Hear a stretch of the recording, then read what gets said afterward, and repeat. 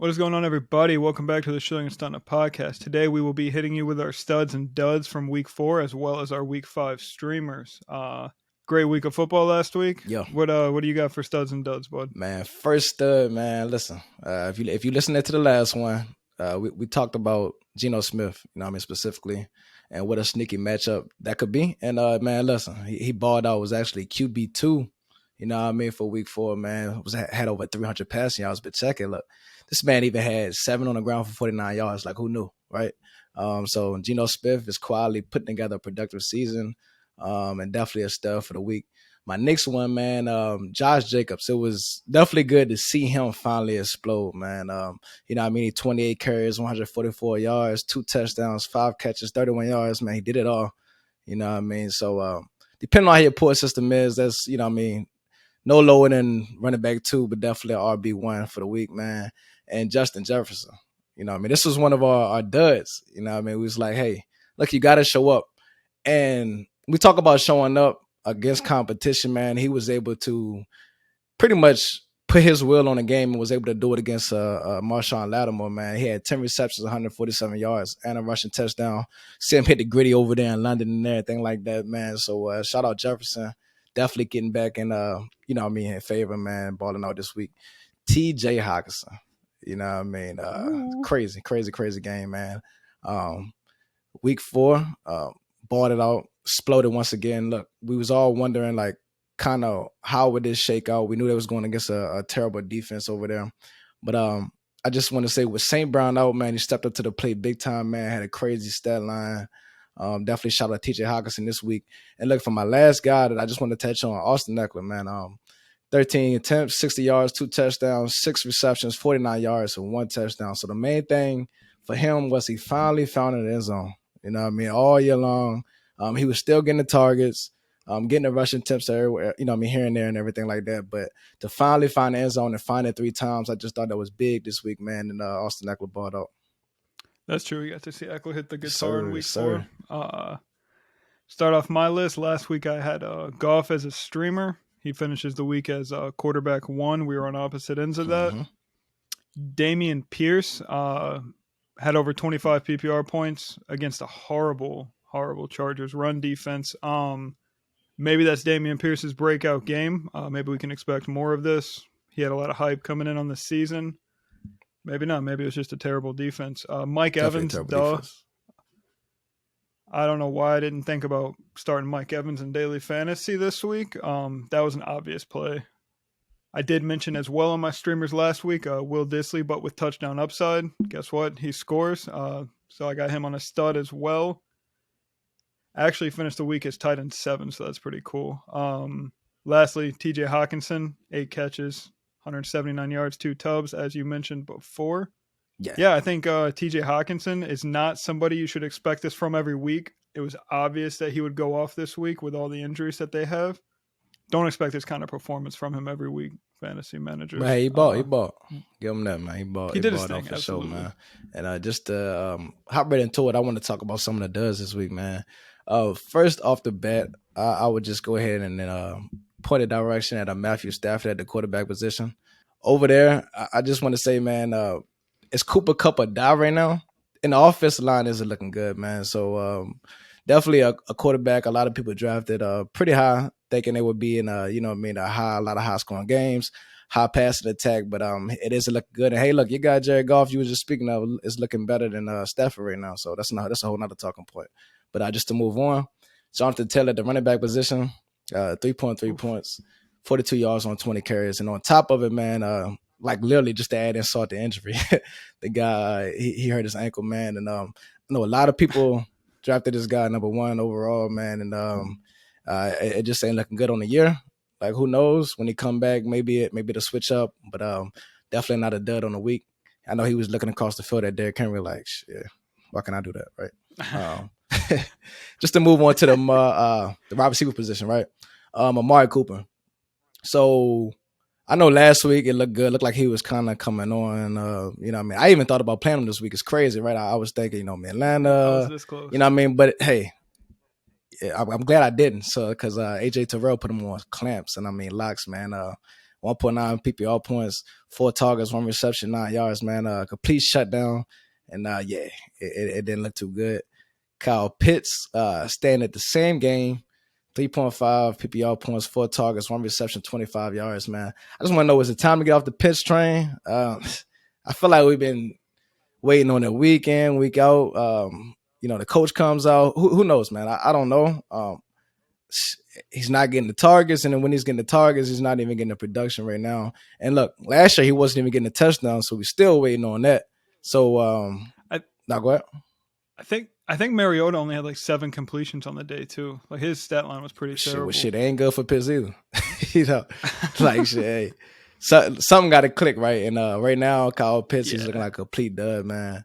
And lastly, I will speak on Gabe Davis, man. 2.3. He had 3 targets, 1 reception, 13 yards on the week, man. And right now, in general, he's just looking like he's a touchdown or bust type player right now. And in general, the target share isn't there right now. So if he's not scoring touchdowns, it's not like he's getting the targets. We all thought, opposite of Diggs, he would get a lot more attention this year.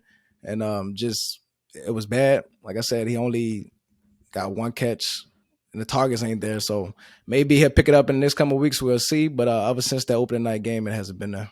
Yeah, that is very true. Switching over, I got Lamar, my first quarterback dud.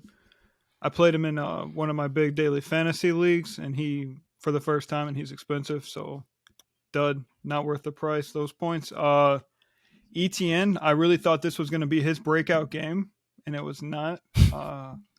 I had even bet the over on the receiving yards. Like, I just expected a lot. To be fair, James Robinson didn't do shit either. Both of them was duds. So, yeah. That's true. But I don't know. I think it's time to get off the ETN train. I'm heavily invested in ETN across fantasy football. But it's not someone that I think you can drop because what if there is a James Robinson injury? You got bye weeks coming up, so I hope to see a little uptick in volume there. Michael Pittman at wide receiver, another play that I almost made. The Colts just look terrible, man. They can't seem to get anything going, but Matt Ryan throws the ball 50 times a game. He dropped 6.1 points this week. Switching over to tight end, similar thing. 5 targets, 2 catches, 15 yards for Mark Andrews. Lastly, I got Melvin Gordon. 4 fumbles in 4 games. Javonte Williams leaves. It's your time to step in. You're a paid running back, and you didn't do that. Yeah, you can't turn the ball over. And I'm assuming, I don't know the name of the backup to Melvin Gordon. Boone? Yeah.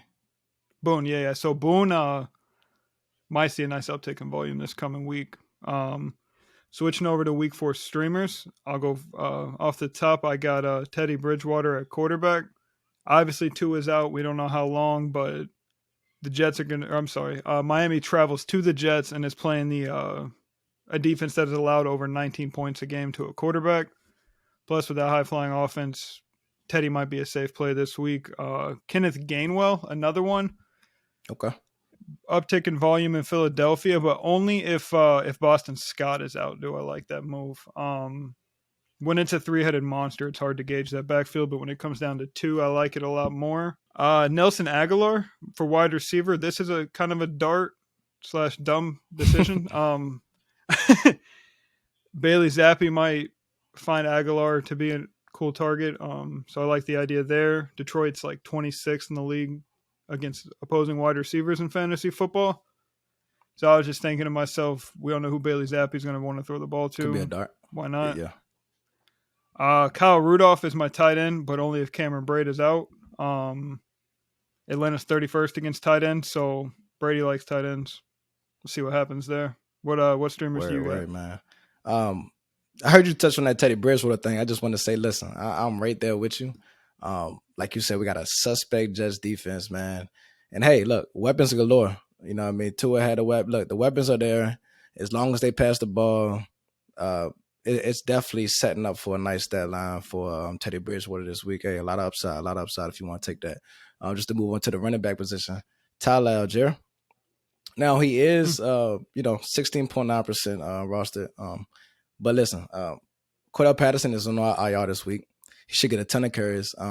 Now, it is a tough defense going against the Tampa Bay front. But listen, we see in Clyde Edwards-Helaire, he almost cracked 100 on him last week, you know what I mean? So I think you got a guy who, you know what I mean, just be able to put him in there. He will get a ton of carries. It's definitely a shot just to go ahead and get some upside this week from the running back position. Wide receiver position, I want to speak on Zay Jones. I like Zay Jones a lot. Now, the thing with him is he is rostered 35%, 35.5% on the year or whatever. But this is a player who's received north of 9 targets in 2 out of 3 games, man. So he didn't play last week, but when he does play, he does get the target share, right? And hey, look, they're going against the terrible Texans defense. And if they throw it around, this is a guy, look, if you need to play a receiver, go ahead and tap into Zay Jones, man. He might just be a nice steal this week. Now, lastly, for the tight end position, I know it's rough. It's rough at tight end, man. It's rough. Dry listen, tight ends. Mo Ali Cox, right? I know last week you spoke on Jelani Woods. This week right here, I'm gonna take the other one. You know what I mean? He's 1.9 roster on the year, 6 receptions, 85 yards, 2 tubs last week. You got a Jonathan Taylor out, and look, you talked about Matt Ryan throwing the ball a ton, but look, he might even have to pass the ball a lot more and more touches to go around. Let's say if he can continue it for another week, might be a nice dart to go throw out there at the tight end position this week. I think that's a good idea. I like Mo Ali. Another like super long dart.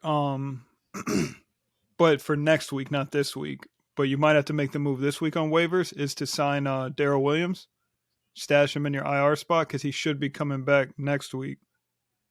And if he is better than Algier, we don't really know, but there's a chance if Cordell's out that he could end up getting the workload on his return. Just a thought, but this week it's Algier for sure, as you said. But this is the Shilling and Stunner podcast. You got any final words? Yeah, man. It's a good week for fantasy football, man. We finally see some running backs get going. I just want to say, just stay tuned in. We'll continue to keep dropping this heat, man. If y'all like what we're doing, just hit that like, share, and subscribe. Any questions, go ahead and hit us up, man. We'll be happy to just kind of engage with y'all, man, and just talk about some roster moves and different things like that, man. Stay tuned.